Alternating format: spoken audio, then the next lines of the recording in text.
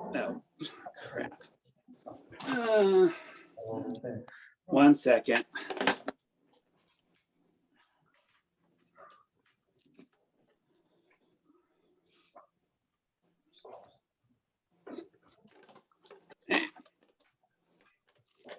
Yeah, 1 second. Did some of my setup, didn't do the rest of my setup, so it didn't help.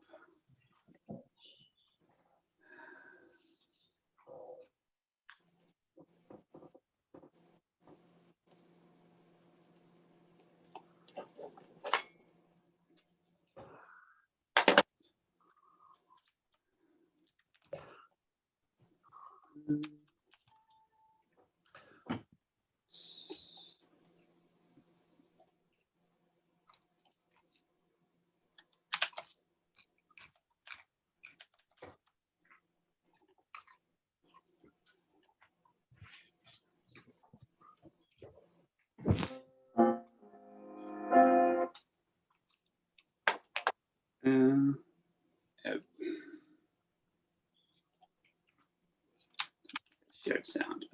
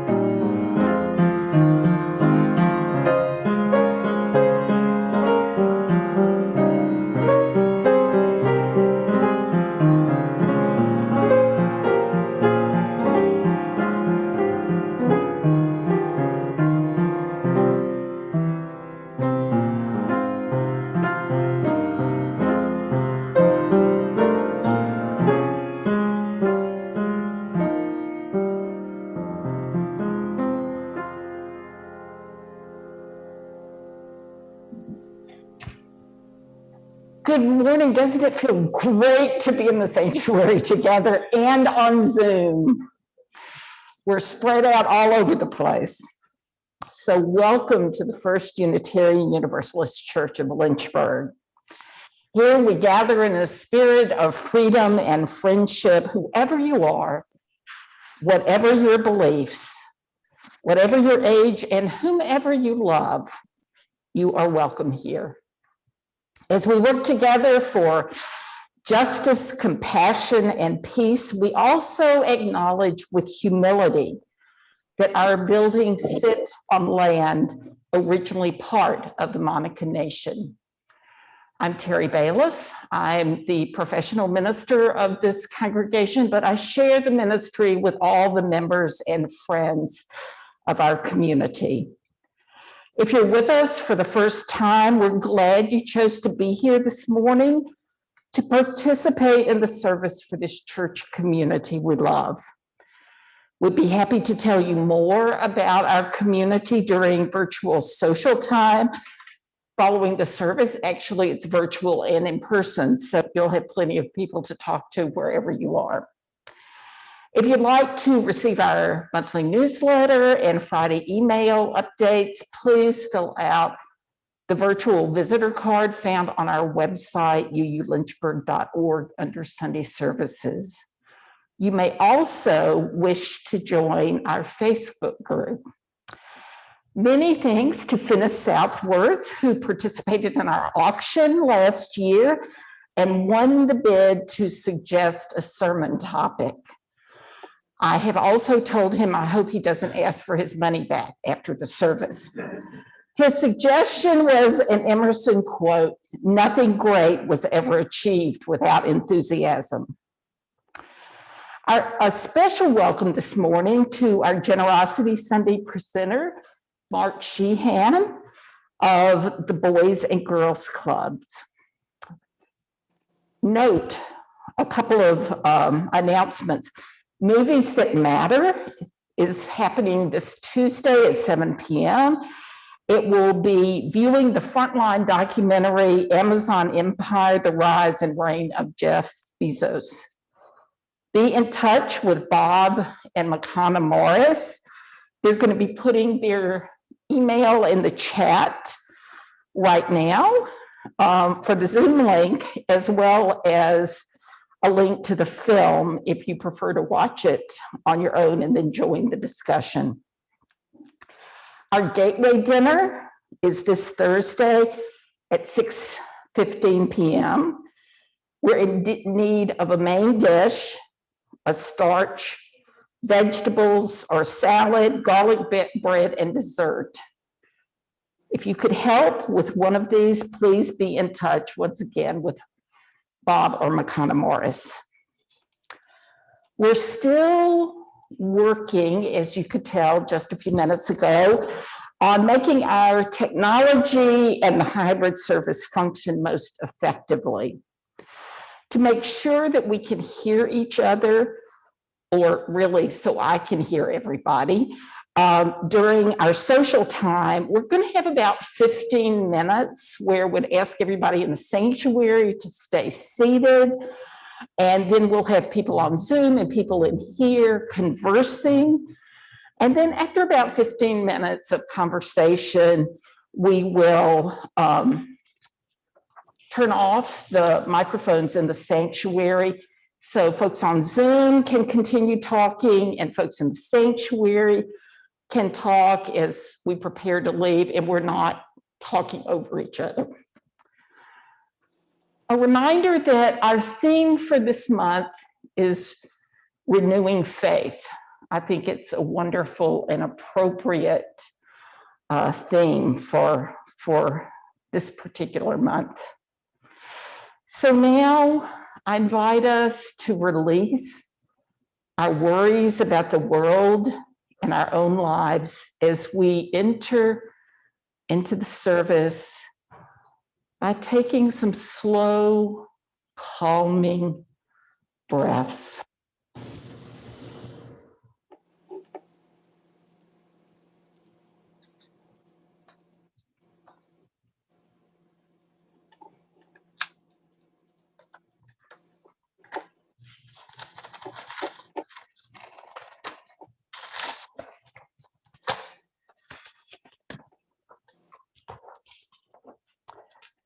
As we light the flame of our chalice,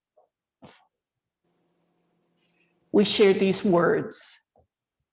May the light we now kindle inspire us to use our powers to heal and not to harm, to help and not to hinder, to bless and not to curse, to serve you, O Spirit of life.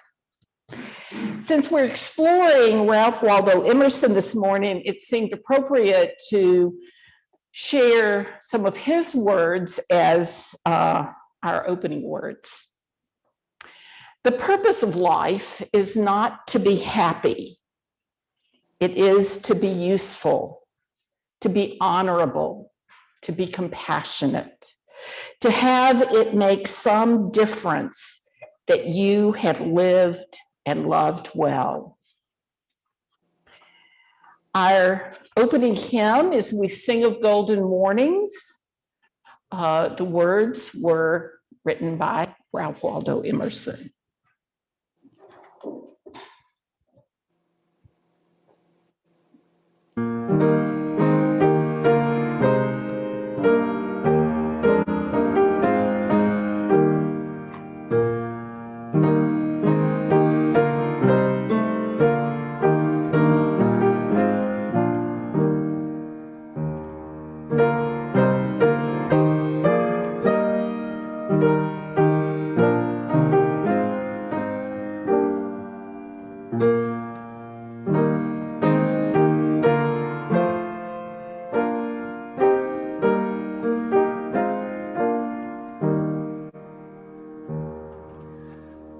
sing of golden mornings, we sing of sparkling seas, of prairies, valleys, mountains, unstately forest trees. We sing of flashing sunshine and life bestowing rain, of birds among the branches, and springtime come again. We sing the heart courageous, the youthful eager mind. We sing of hopes undaunted, of friendly ways and kind. We sing the roses waiting beneath the deep mild snows. We sing the earth's great splendor, whose beauty round us glows. Trina, it's wonderful for you to be here this morning and to share our time for all ages. Good morning. Welcome to A Time for All Ages. Have you ever noticed that when we're really excited about something, we usually end up doing our very best? Like when we love doing, like riding horses or creating a piece of art or playing Minecraft, it's a lot easier to do well when you really enjoy what you're doing. School can sometimes be like that too. Some subjects can be tough for us. And if we aren't really enjoying the class, sometimes it's a struggle to do well. Other subjects that we like, we may be able to do better at. Everyone is unique and has excitement or is enthusiastic about different things. Some folks love math and figuring out those problems that just are really, really hard and they just take some time and patience to work at. And some folks like reading and writing stories. And some people like to do both. It's interesting to think about, but have you ever been in a good mood and everything you went to do just seemed like it went perfectly, wonderfully well? And sometimes if you're not in such a great mood, even things you know should be easy don't end up feeling that way. Well, that could be true for anybody. Our Soul Matters theme this month is renewing faith. Renewing faith in ourselves to be the very best you that you can be helps us to grow in lots of ways. When we feel good inside and excited about what we're doing, then it helps us to want to keep on learning and growing and doing new things just for you, nobody else. Some of us have brothers or sisters or friends that are excited about things that we aren't excited about. But it's important to support each other and support what excites each of us. Do you have any brothers, sisters, or friends who maybe get excited about something that you find really boring? Or maybe you just downright don't like? I'm sure we all know someone who loves something that we don't quite get. But how wonderful it is to offer them support and encouragement with their favorite things. My best friend in school played tennis. She was really good at it. One summer in middle school, we decided to try out each other's favorite things to do. So my friend Jennifer took some dance lessons because that was my favorite thing. And I tried out playing tennis. And it was really, really eye-opening experience. It was actually really hard for both of us. Jennifer hated how she felt when she put on a leotard and tights. She didn't like the way that her body moved to the music. She said it made her feel awkward and she just didn't enjoy it. And as for me, well, I could hardly ever hit that tennis ball. In fact, I spent more time chasing the ball than I spent playing tennis at all.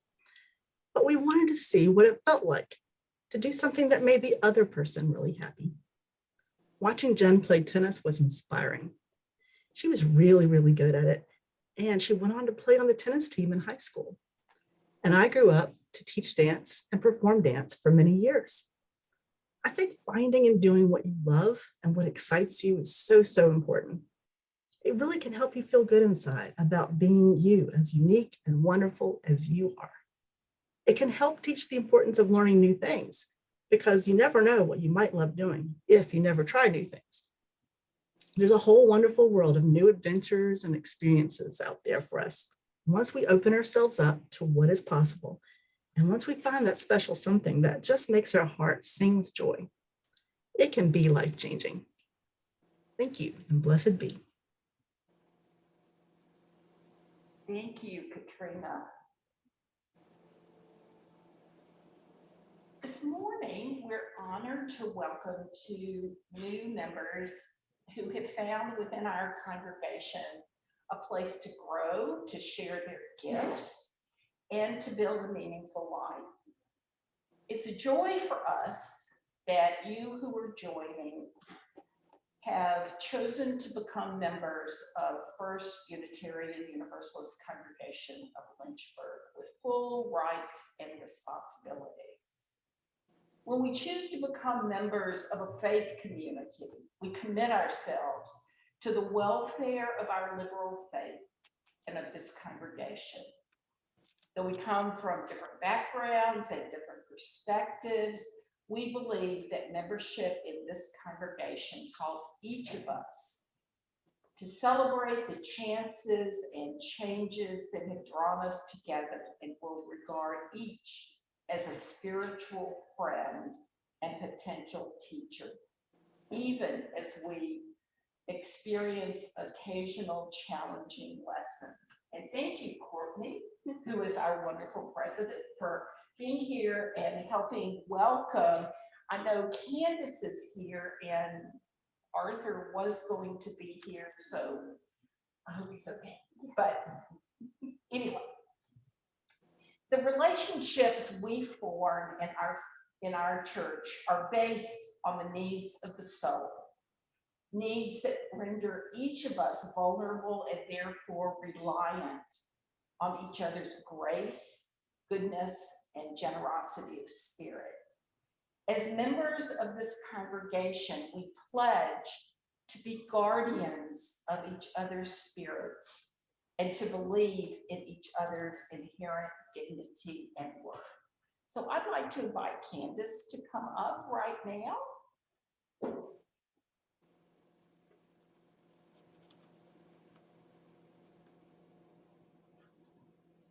Becoming a member of this church is an important step, but it is only a first step.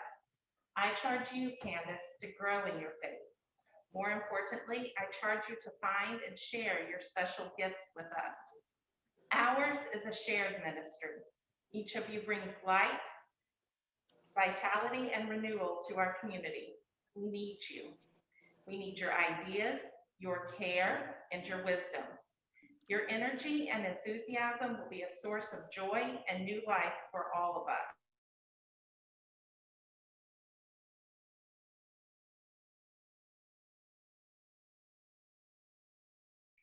And to our community of memory and hope. Will you walk together with us, sharing the joys and the responsibilities of membership?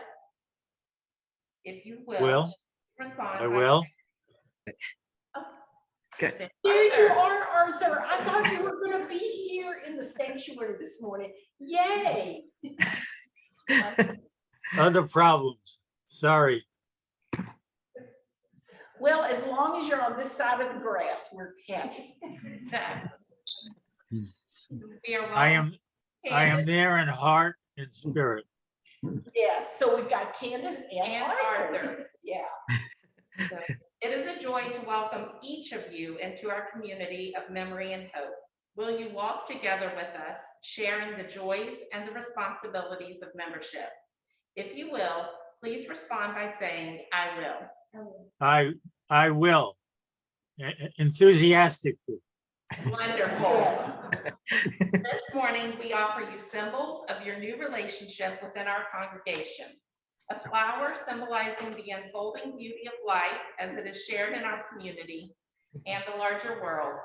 Resource materials to enhance your understanding of our faith. A chalice pendant to wear.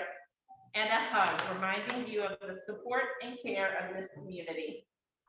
May these gifts remind you of the many ways this fellowship will offer you support, challenge, and care in the years to come. Welcome. Thank you. Thank you so much. You'll have to get your gifts later. And so I ask you, will you welcome these new members into our congregation? Will you reach out to them in friendship, including them in our activities and fellowship? Will you be open to their unique gifts and perspectives? Will you extend your friendship to each of them, remembering that each of us was once a new member? Will you share your gifts, talents, energy, and community with these new members? And if you would, please respond, I will. I will. And now let's all join together in our community response as we welcome these folks. David, thank you for doing that. We welcome you. We join our gifts, talents, energy, and commitment with yours. Together, may we celebrate our faith, which honors the past, lives with passion in the moment, and envisions the future. You are part of us, and we are part of you. We are one community. This Sunday, and let me say again, it's wonderful to officially welcome Candace and Arthur. So, yeah, we all look forward to getting to know y'all better.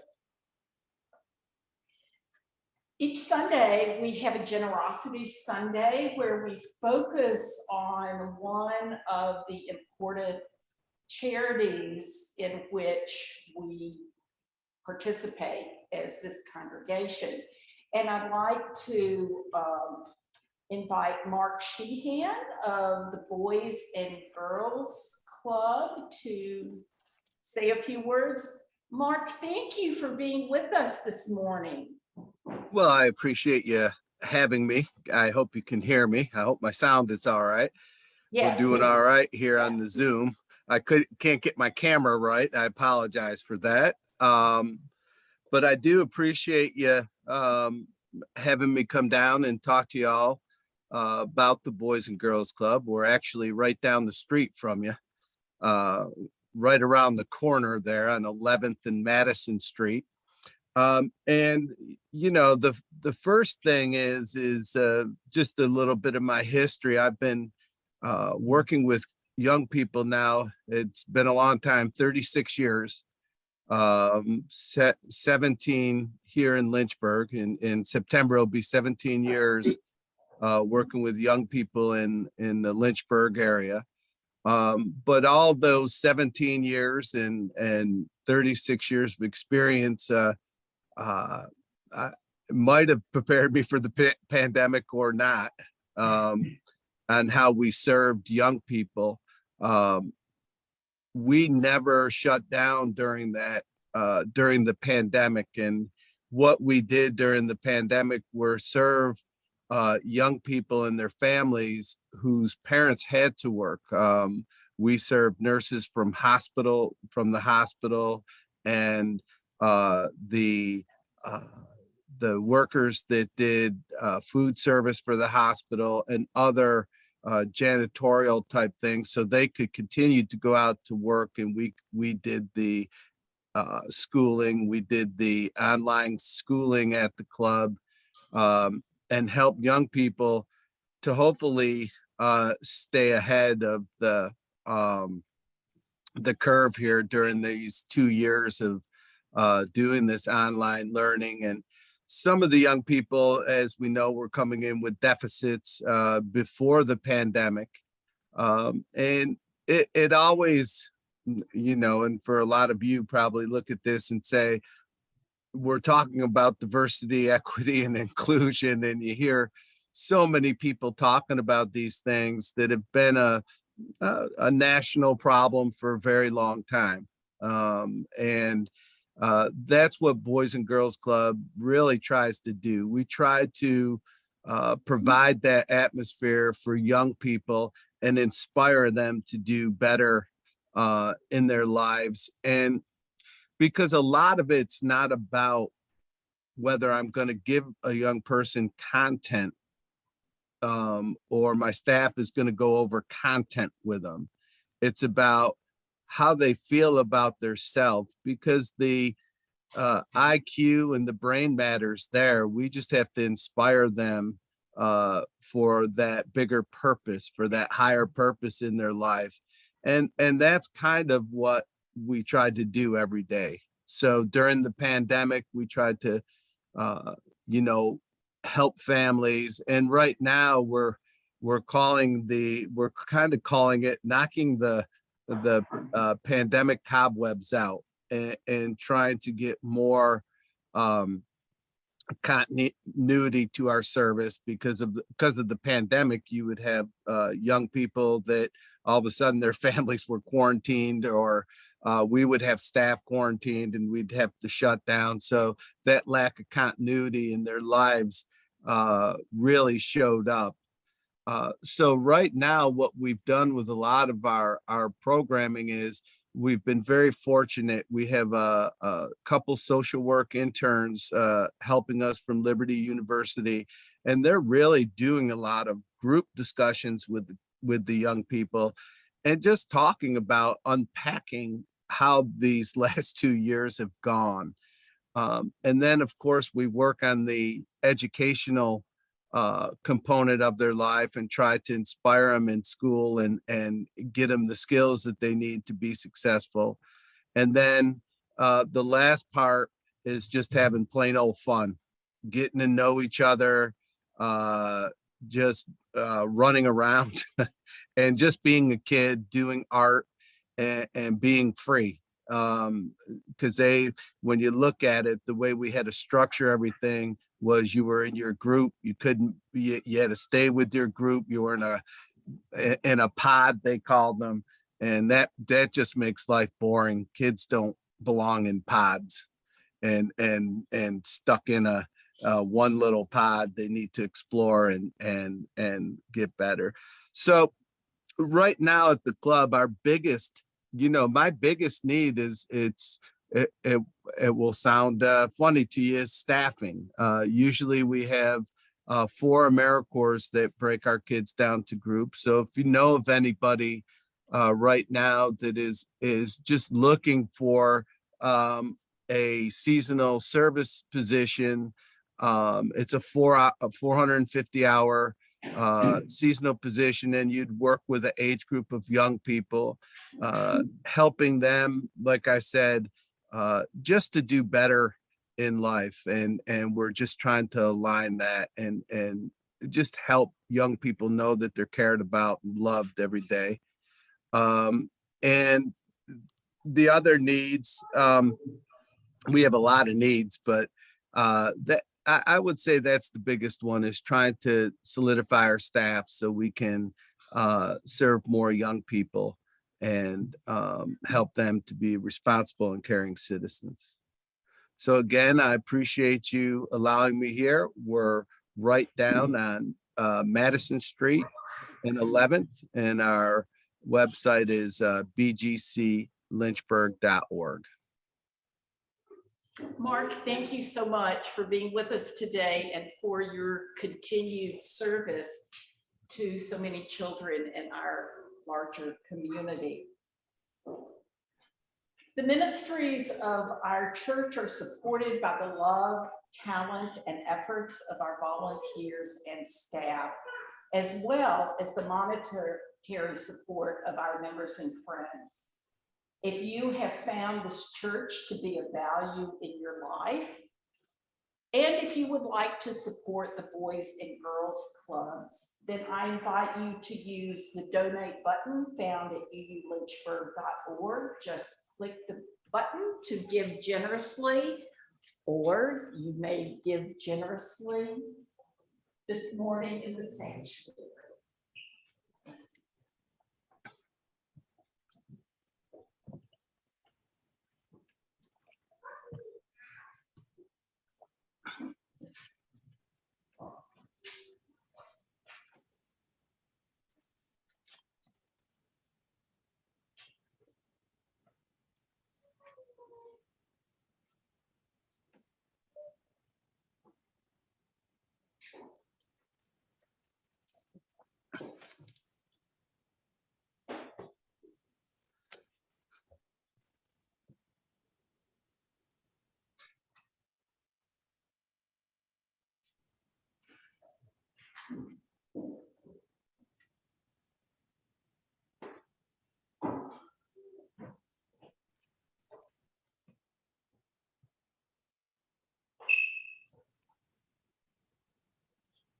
Gifts given in love and hope continue a cycle of love and hope.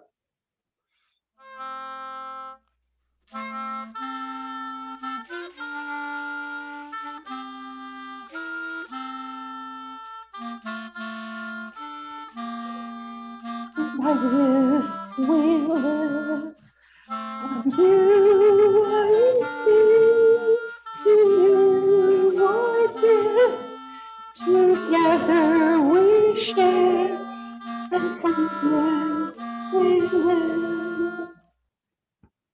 Thank you. In our community, we share the joys and concerns of our life, trusting that there are people who will support us today. Raises our understanding of how interconnected our whole world is. And so we certainly want to focus on what's happening. Oh, did I miss you wanting to share? Oh, I'm so sorry. We tend to overlook Syria, Palestine, several nations in Africa, the Uyghurs in China, what's happening in Kashmir. We know that all of these are going on in our world, and I hope that the crisis in Ukraine will finally make us realize we're all interdependent. And when any one person suffers, we all suffer. And I really appreciate Emily playing Finlandia for us this morning.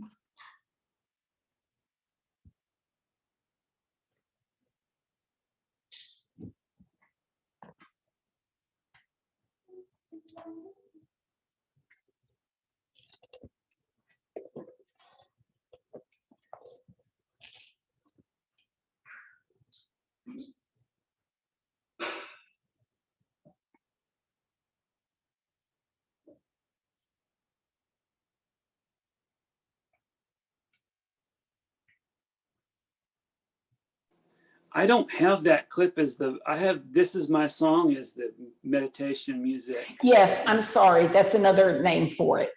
Sorry. Okay. I've done that before. Ignore me. Just, yeah.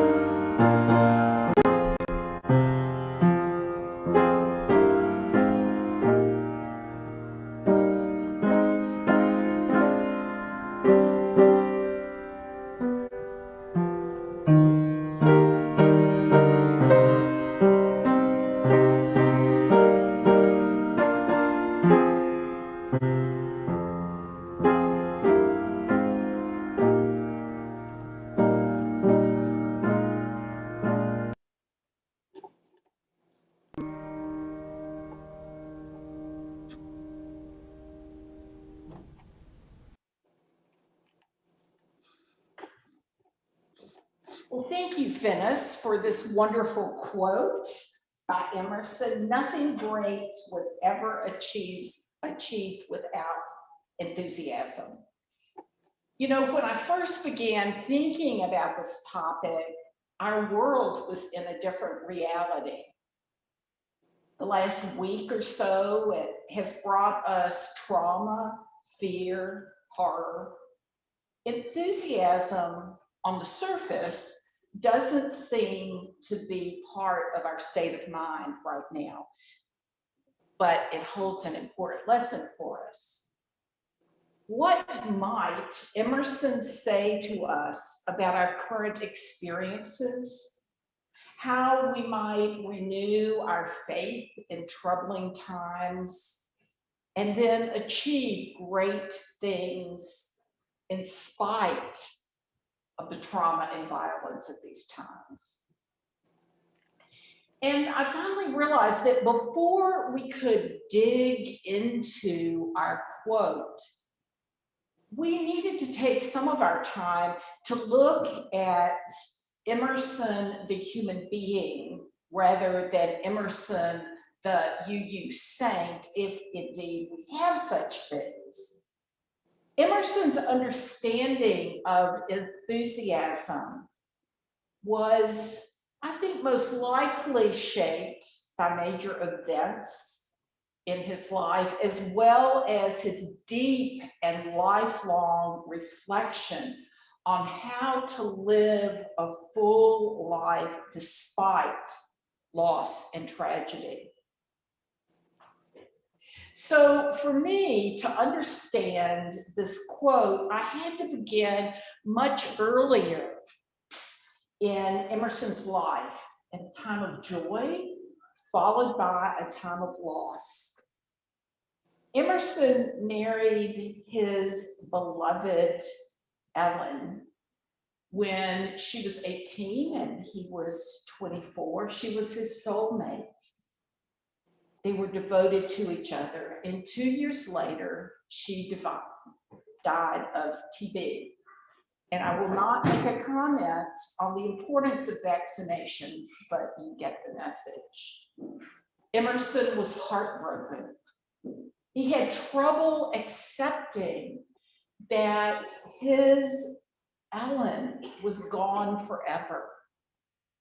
The day that changed his intellectual and spiritual path was the day when he went to young Ellen's grave and opened her coffin so he could see for himself, that she was truly dead and never would return. Of this, Allison Ellis writes, that day, Emerson was in a period of transition, questioning the accuracy of the Bible and becoming increasingly at odds with the church. In June 1832, a year and a half after Ellen's death, he wrote in his journal, I have sometimes thought that in order to be a good minister, it was necessary to leave the ministry. The profession is antiquated. In an altered age, we worship the dead forms of our forefathers. Emerson taught to release himself from the, as he said, the rigor mortis of his own cultural and personal past, from what he called the corpse cold Unitarianism of Bradford Street and Harvard College. By December, he resigned his pulpit and set sail for Europe, where he studied for 10 months, returning with ideas that would forever shape his writings and lectures. By the fall of 1834, he had moved to Concord, Massachusetts, and the rest is history. I've heard from scholars who I respect, who feel that part of his evolution of thought was shaped by his transcendence of sky and ocean as he sailed to Europe and back. crossing that wide expanse of ocean and sky, unbroken by his society. He was grieving, yet surrounded by the overwhelming wonder and mystery of the natural world. He experienced a transcendence that convinced him his grief was not the whole of his life. Unlike so many who have had great loss and given up on life, Emerson engaged his heart to feel his grief deeply.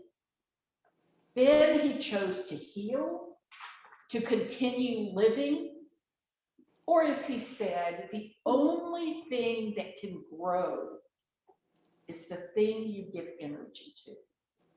I'm sure we have experienced that in our own lives. He gave his life energy for new growth of heart and soul. Some years later, after remarrying, his 5-year-old son, Waldo, died of scarlet fever, another crippling loss. Here again, Emerson engaged his loss in a way that continued to shape his emerging transcendentalist views. By this time, Emerson found that his intellectual studies alone failed to give him the peace he needed. His two profound losses shaped his heart and his mind. So his transformation as a speaker and human being took place as he grappled with how to weave together the whole of his life experiences into the full, rich, emotional, and intellectual life that we see in his writings. In this, he was no different than we are. We are faced with our own losses, traumas, grief, and every day we have to choose whether we're going to live fully or stay in the midst of those difficult feelings.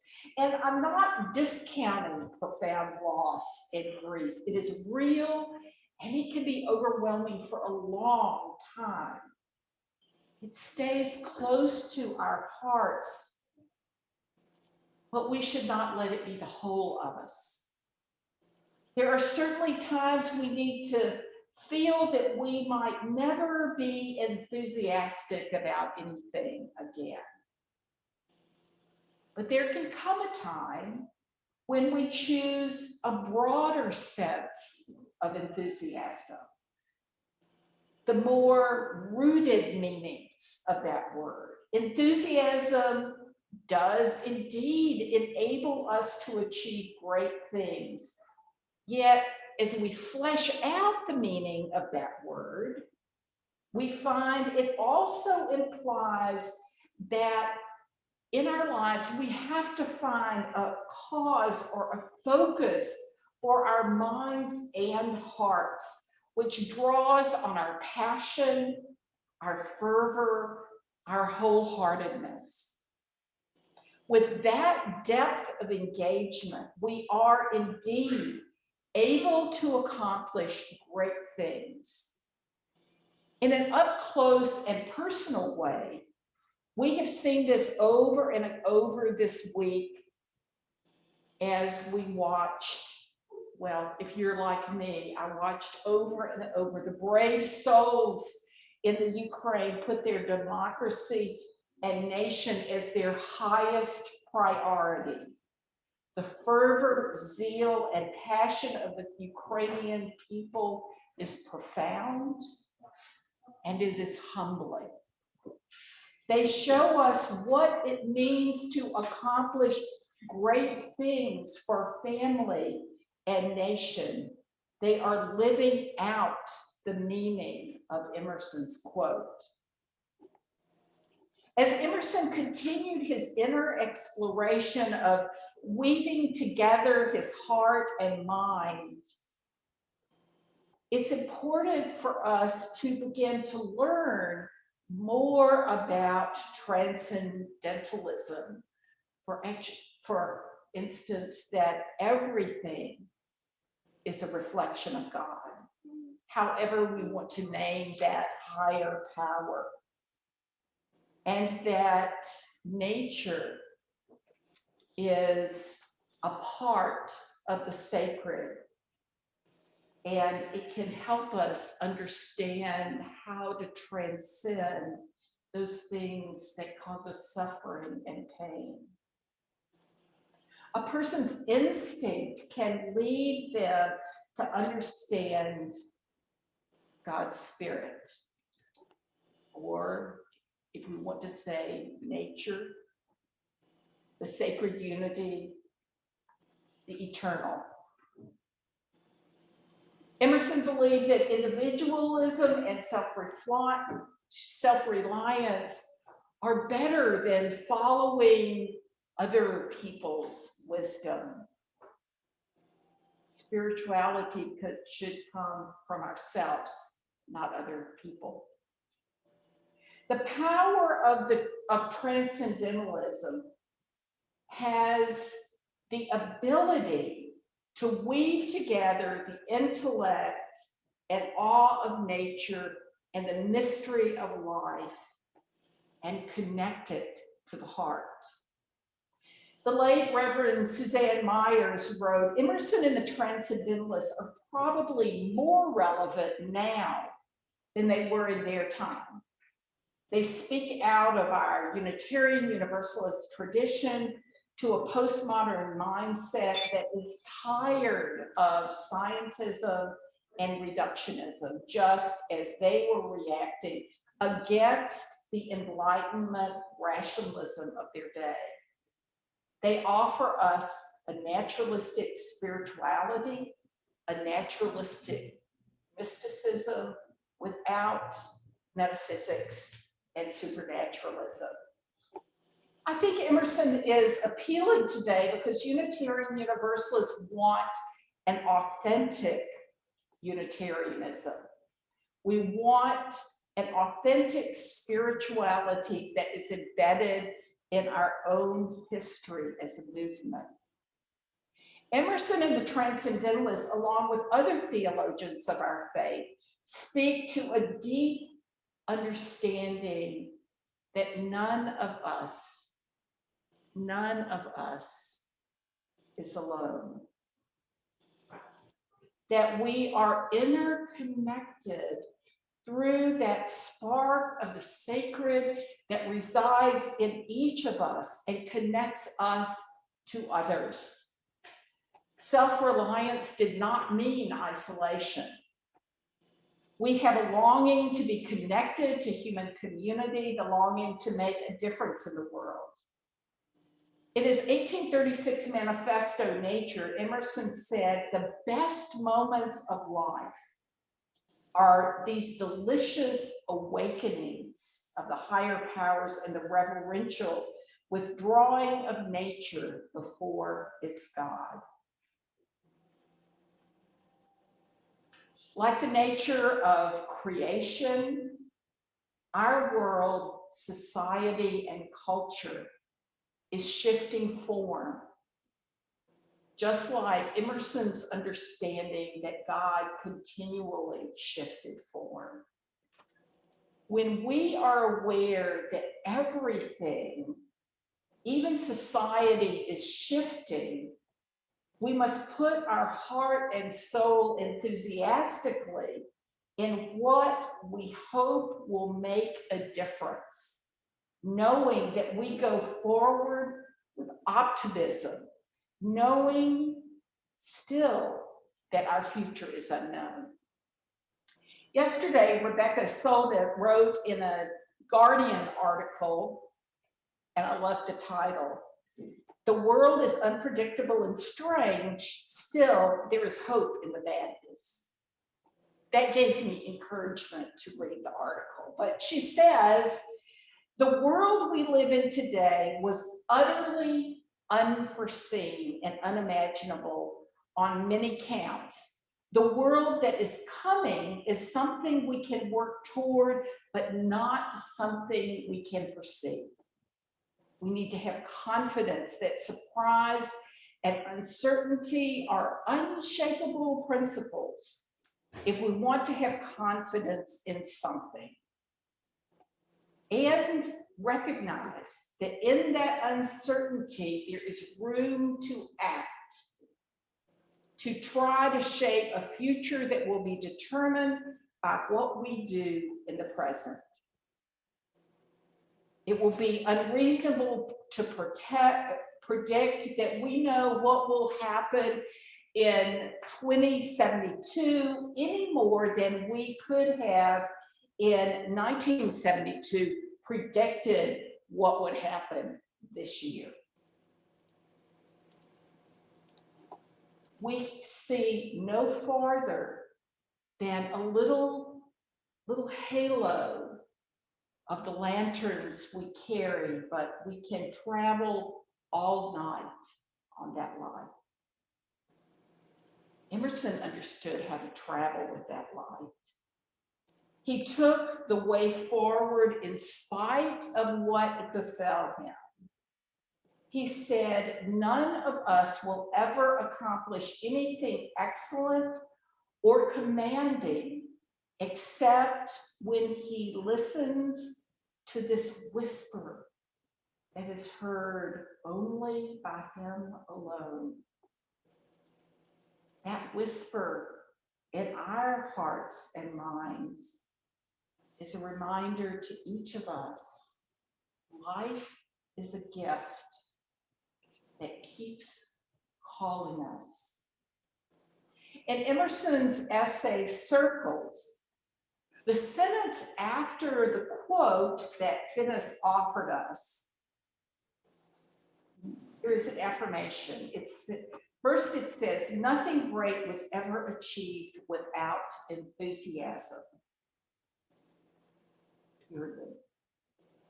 The way of life is wonderful. In another writing, he said, the world is so beautiful, I can hardly believe it exists. Yes, we are human, we suffer, and life is beautiful. It's part of the wonder and the price we pay for living.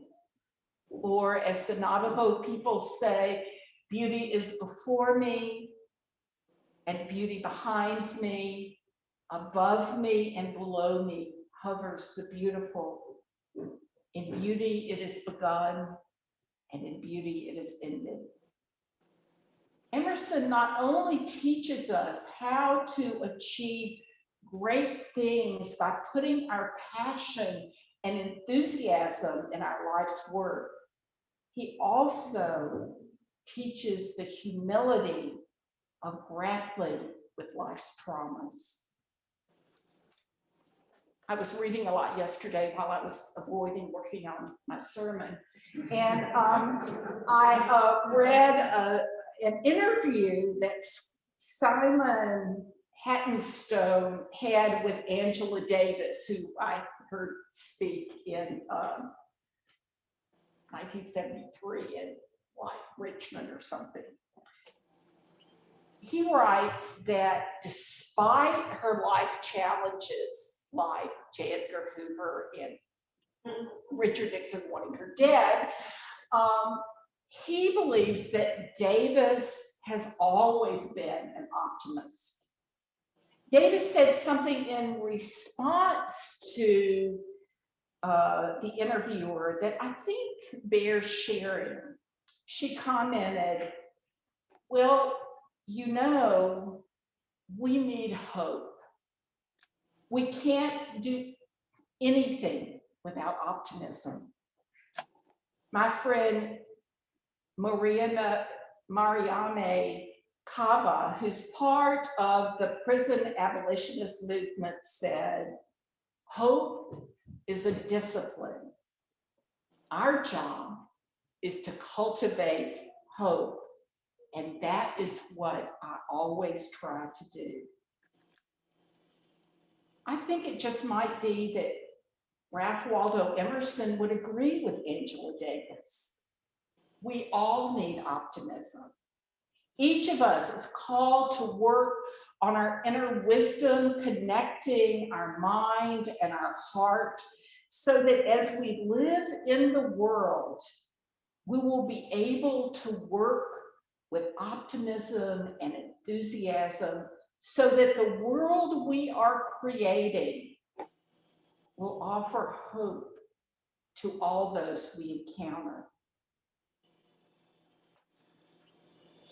Our grounding for this hope and potential in part emerges from our connection to nature, with whom we rest and on whose body we move.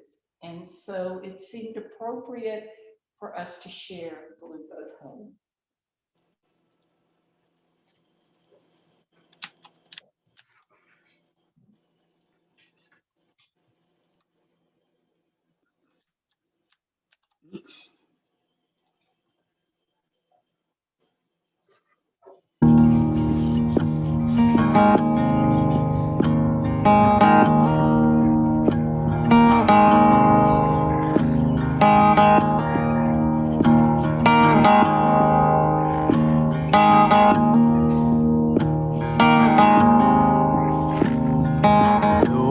Below me, I feel no motion, standing on these mountains and plains, far away from the rolling ocean. Still my dry land heart can say, I've been sailing all my life now. Never harbor or port have I known. The wide universe is the ocean I travel, and the earth is my blue home.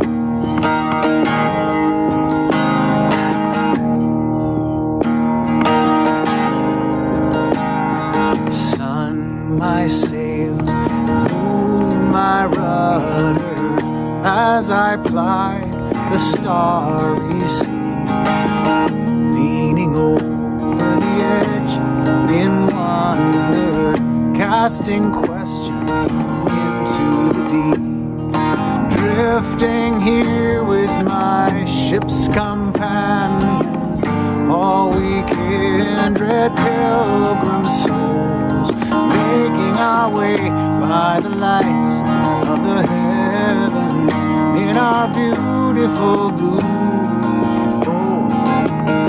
home.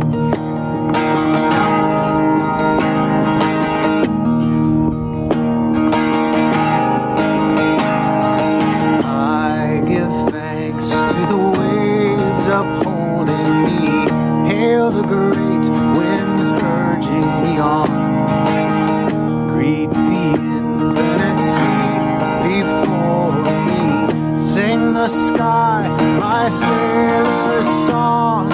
I was born upon the fathoms, never harbor or port have I known. The wide universe is the ocean I travel, and the earth is my blue home.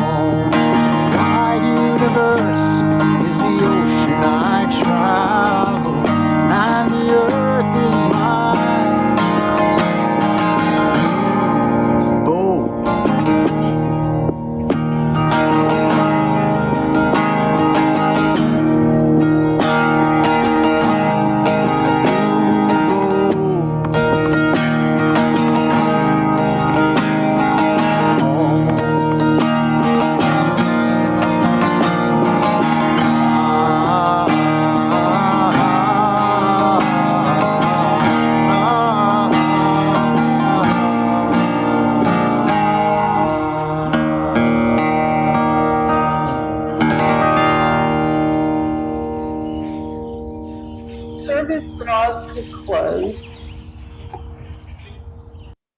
We extinguish the flame of our chalice as we share these words. We extinguish this flame, but not the light of truth, the warmth of community, or the fire of commitment. These we carry in our hearts until we are together again. Our final blessing today is from Laurelyn Bellamy. If here you have found freedom, take it with you into the world. If you have found comfort, go and share it with the world. If you have dreamed dreams, help one another that they may come true. If you have known love, give some back to a bruised and hurting world. And I invite us to stand as we hear the Ukrainian national anthem. And I think you'll be able to tell the young man who is Ukrainian. But stand only if you feel.